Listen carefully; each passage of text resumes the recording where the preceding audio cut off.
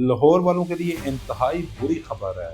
चंद दिन, चंद घंटे, चंद मिनट्स रह चुके हैं। हाथ पर सर रख लेंगे अगर आप 28 फरवरी के बाद मेरी वीडियो देख रहे हैं। की डेडलाइंस आई, इसके बाद ही बैरी ऑर्चर्ड की डेडलाइंस आई, बैरी टाउन की डेडलाइंस आई, फार्मा सिटी की डेडलाइंस आई, लेकिन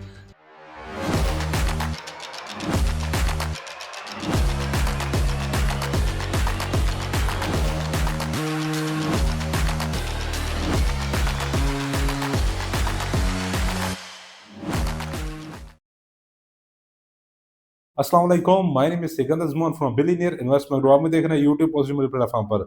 लाहौर वालों के लिए इंतहाई बुरी खबर है, क्योंकि चंद दिन, चंद घंटे, चंद मिनट्स रह चुके हैं। शायद जब आप मेरी वीडियो देख रहे हो तो चंद मिनट्स, चंद घंटे रह चुके हो। आपको फैसला करना है, क्योंकि इस सोसाइटी की लास्ट डेट अनाउंस हो चुकी हुई है। क्यों बुरी खबर है, आगे जाके जब इस सोसाइटी को एक्सप्लेन करूंगा, जब इसके फीचर बताऊंगा, जब इसके प्राइसेस बताऊंगा, जब इसकी लोकेशन रिवील करूंगा, तो यकीन करें कि आप हाथ पर सर रख लेंगे अगर आप 28 फरवरी के बाद मेरी वीडियो देख रहे हैं कि हमने कौन सी सोसाइटी में कौन सा प्लॉट, वो प्लॉट जो 60 लाख वाला प्लॉट हमें 13 लाख का मिल रहा था, हमने वो मिस कर दी है। ये वीडियो बहुत इंपॉर्टेंट होने जा रही है, ये वीडियो एंड तक जरूर देखिएगा। अगेन बता रहा हूँ, इस वीडियो में कंप्लीट डिटेल्स बता दूंगा। वीडियो देखने के बाद फौरी फैसला करना है। चंद दिन, चंद घंटे, चंद मिनट्स रह चुके हुए हैं। और इसके साथ साथ जो लोग हमारे चैनल पर नए हैं, हमारे चैनल को जरूर सब्सक्राइब कर लीजिएगा, क्योंकि आज मैं ये बताने जा रहा हूँ कि आप लाइफ में, वो ये प्लॉट हो या कोई प्रॉपर्टी हो, नहीं खरीदते, उसके क्या नुकसानात होते हैं। सबसे पहले हमें जानना ये भी ज़रूरी, ये बाद में इम्पोर्टेंस है कि 28 फरवरी बहुत आई, बहुत गई। इससे पहले 2010 भी आया, डेडलाइंस आई, बैरी टाउन की डेडलाइंस आई, लेक सिटी की डेडलाइंस आई, इसके बाद ही बैरी ऑर्चर्ड की डेडलाइंस आई, बैरी टाउन की डेडलाइंस आई, फार्मा सिटी की डेडलाइंस आई। लेकिन हम क्यों नहीं खरीद सके? क्योंकि हमें ये नहीं पता था कि हमने ना खरीदे के नुकसानात क्या होंगे। तो मैं कोशिश करूँगा, सबसे बड़ा नुकसान हाइलाइट करने जा रहा हूँ। जो लोग रेंट पर रह रहे हैं, वो हमेशा के लिए रेंट पर रहेंगे। क्यों? उसकी रीज़न सबसे बड़ी सिंपल बताने जा रहा हूँ कि ये साल गुज़रने के साथ-साथ कंस्ट्रक्शन कॉस्ट बढ़ चुकी है। आपको इतना बता रहा हूँ, आज से 5 साल पहले 5 मंजिला घर 50 लाख में बहुत अच्छा, यानी कि 2020 से 21 से पहले 20, 19-20 में बन जाता था। वही घर 2026 में एंटर होते साथ ही डबल प्राइस, यानी कि 1 से सवा करोड़ की प्राइस में बनता है। अगर आप एक एवरेज घर बनाने जा रहे हैं, यानी कि प्लॉट तो है, लेकिन कंस्ट्रक्शन कॉस्ट कहाँ पे आएगी, प्लानिंग कहाँ पे है। आज कुछ सोचेंगे प्रॉपर्टी लेने का, आज प्लॉट लेने का सोचेंगे किस्तों पर, तो तभी जाके आप प्लॉट लेने के बाद आप सोचेंगे कंस्ट्रक्शन कॉस्ट को सेव करने का। क्योंकि ये वो प्लान है जो आज से भी अगर आप करेंगे तो अगले 5 से 6, 7 साल लग जाएंगे वो घर बनाते हुए, बजाय इसके कि सारी जिंदगी आप किराया देते रहें। और किराए को लेकर भी मेरे पास बहुत बड़ी बैड न्यूज़ है आपको लेकर, कि अगर पिछले 4-5 साल में हमें इंतहाई, पिछले जो सर्कल है 75 साल की प्रोडक्शन की हिस्ट्री है, लेकिन पिछले 5 साल में किरायों की शक्ल में भी हमें इज़ाफ़ा देखने को मिला है। यानी कि 1 लाख वाला जो घर था, वो 5 सालों के अंदर, जो कि नॉर्मली 8-9 साल के अंदर डबल प्राइस पे जाता है, 5 सालों के अंदर वो 2 लाख रेंट पर चला गया। तो आपके लिए भी खतरे की घंटी ये है कि जिस घर में रह रहे हैं, एनी टाइम मालिक मकान आपको किराया बढ़ा देगा, एनी टाइम अपार्टमेंट वाला आपको किराया बढ़ा देगा, एनी टाइम आपको घर खाली करने का नोटिस दे दीजिए। क्यों दिया जाए? क्योंकि उन्होंने न्यू रेंट पर लगाना है। और न्यू रेंट क्या है? वो जो आपकी सराउंडिंग में चल रहा है वो ज़्यादा रेंट है, और आप पुराने रेंट में शायद आप इसलिए कम दे रहे हैं। तो ये आपके लिए खतरे की घंटी है।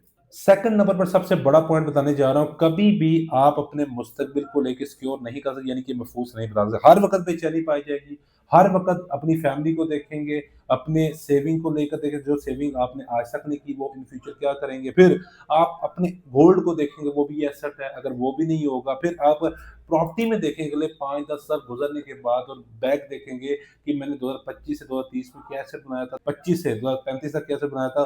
यकीन करें, शर्मिंदगी और नदामत के अलावा कुछ नहीं होगा। ये वो लोग हैं जो ऑलरेडी कर चुके हैं, जिन्होंने प्लान कुछ भी नहीं किया था, और आज वो 40 प्लस 45 प्लस एज में चले गए। उनसे पूछे जाके कि कैसा दुख होता है कि आपके पास आप सेविंग भी कर सकते थे, आप पैसे भी बना सकते थे, लेकिन आपने प्रॉपर्टी में एसेट नहीं बनाया। उनसे जाके पूछें कि इस एज में आके आपको कैसा फील आ रहा है। तो ये एक राइट टाइम है आपका प्रॉपर्टी में एसेट बनाने का। थर्ड पर सबसे इंपॉर्टेंट चीज़, अगर आपके बच्चे हैं, वो 4 साल है, वो 5 साल के हैं, 10 साल के हैं, 15 साल के, ज़ाहिर-सी बात है स्कूल में है तो उन्होंने कॉलेज में जाना है, कॉलेज में है तो उन्होंने यूनिवर्सिटी में जाना है। स्टेप बाय स्टेप क्या होगा, आपकी एक्सपेंस बढ़ेगी। तो आपने जो अर्निंग कर रहे हैं और जो आप सो कॉल्ड सेविंग कर रहे हैं, कभी आपको समझ नहीं आती शादी के लिए मैं कर रहा हूँ, कभी ये समझ नहीं आ पा रही हमें होती कि ये मैं अपने बच्चों की स्टडी के लिए कर रहा हूँ, कॉलेज की फीस देनी है, यूनिवर्सिटी की फीस देनी है। इस चगमगादड़ में हम इतने कन्फ्यूज़ हो चुके होते हैं कि हमारे सारे प्लान्स, हमारी सारी सेविंग ज़ाया हो जाती है, कभी फीसों के चक्कर में, कभी बच्चे बीमार होते थे, उसका रिलायबल सोर्स क्या है, सबसे बेस्ट चीज़ क्या है कि आप अपने बच्चों की नीयत से एट लीस्ट एक-एक प्लॉट लें। अगर आप सब बच्चों के नाम पर एक-एक प्लॉट नहीं कर सकते, तो एट लीस्ट सबके मिलकर नीयत से 1 प्लॉट लें और अगेन 3 लाख रुपए अगर आपके पास डाउन पेमेंट है, तो आप शहर लाहौर में प्लॉट के मालिक बन सकते हैं, कोई बड़ी बात नहीं है। सबसे इम्पोर्टेंट क्या है? नियत करना। अगर आपको ये रियलाइज़ हो जाए कि ये जो मेरे सामने बच्चे घूम रहे हैं, अगर आपके माइंड में जो बच्चे फैमिली अपनी चल रही है, अगर आप उनके मुस्तकबिल को सिक्योर करना चाहते हैं, अगर आप चाहते हैं कि वो कॉलेज में जाए, यूनिवर्सिटी में जाए, आपको टेंशन ना हो, यूनिवर्सिटी से क्वालीफाई करने के बाद आप ओवरसीज़ अगर उनको भेजना चाहें, तो आपके पास बैकअप में एसेट हो, तो प्रॉपर्टी के अलावा आपके पास कोई ऐसा एसेट नहीं है जो आपको लाखों से करोड़ों में लेकर जाएगा। देन सबसे इम्पोर्टेंट पॉइंट बिज़नेस पर्पज़ के लिए, ओवरसीज़ पर्पज़ के लिए आप खुद अगर ओवरसीज़ जाना चाहते हैं, आप खुद ओवरसीज़ से आकर पाकिस्तान में बिज़नेस करना चाहते हैं, तो उसके लिए सेविंग इनफ नहीं है। आप अगर पाकिस्तान में रहकर इवन यकीन करें कि 40,000 सेव करते हैं पर मंथ, तो ये 1 साल में सिर्फ़ और सिर्फ़ 4,80,000 सेव होता है। अगर आप 50,000 सेव करते हैं, तो ये 1 साल में 6 लाख सेव होता है। तो आप करते-करते 5 से 6 साल सिर्फ़ सेविंग में लग जाएगी। वो सेविंग करने की बजाय आप प्रॉपर्टी लें, राइवल एसेट लें, वो एसेट लें जो आज 3 लाख से स्टार्ट हो रहा है, कल को आपका 70 से 80 लाख रुपए बन जाएगा। आप अक्सर बिज़नेस भी कर लेंगे। आप अगर अगले 4, 5, 6 साल में ओवरसीज़ जाना चाहते हैं, आपका ख्वाब है जाना, लेकिन आपके पास अभी सरमायाकारी नहीं है, जॉब कर रहे हैं, तो आपको सिर्फ़ क्या करना है, 3 लाख रुपए की डाउन पेमेंट पे 5 मरले का प्लॉट लेना है। 10,000 रुपए इसकी माहाना किस्त है, 13,40,000 का प्लॉट है।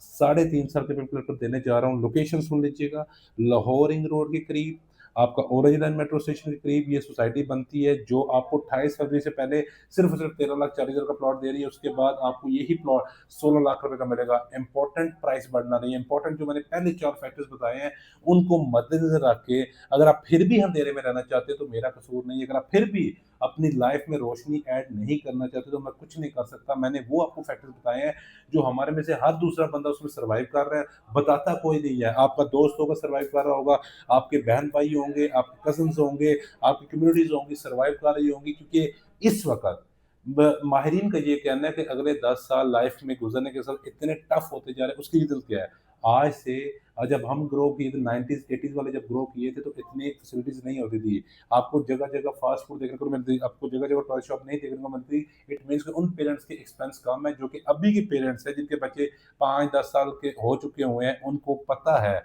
वो रियलाइज़ कर चुके हुए हैं कि अब कितने एक्सपेंस है, ना तो सेविंग होती है इस टाइम पर, ना तो एसेट बनाया जाता है। तो मैं अगेन बता रहा हूँ, अगर आप 10,000 किस्त निकाल सकते हैं, 3 लाख रुपए डाउन पेमेंट है, गिवन नंबर आप कॉल करें, पाकिस्तान और दुनिया भर के किसी भी कोने से आप हमसे ऑनलाइन बुकिंग करवा सकते हैं। अल गनी गार्डन फेज़ 7 में ये लास्ट चांस है आपके पास। अगर आप अभी भी नहीं करवाएँगे, तो आई डोंट थिंक सो कि आप मैं यही कहने पे मजबूर हूँ, मुझे कहना तो नहीं चाहिए, लेकिन यही कहूँगा कि पछतावा फिर आपका मुकद्दर बन जाएगा। जब मुकद्दर पछतावा बनता है, तो आपको हँसी के 2 पल भी नहीं मिलते। बहुत सारा ख्याल रखिएगा। Thank you so much.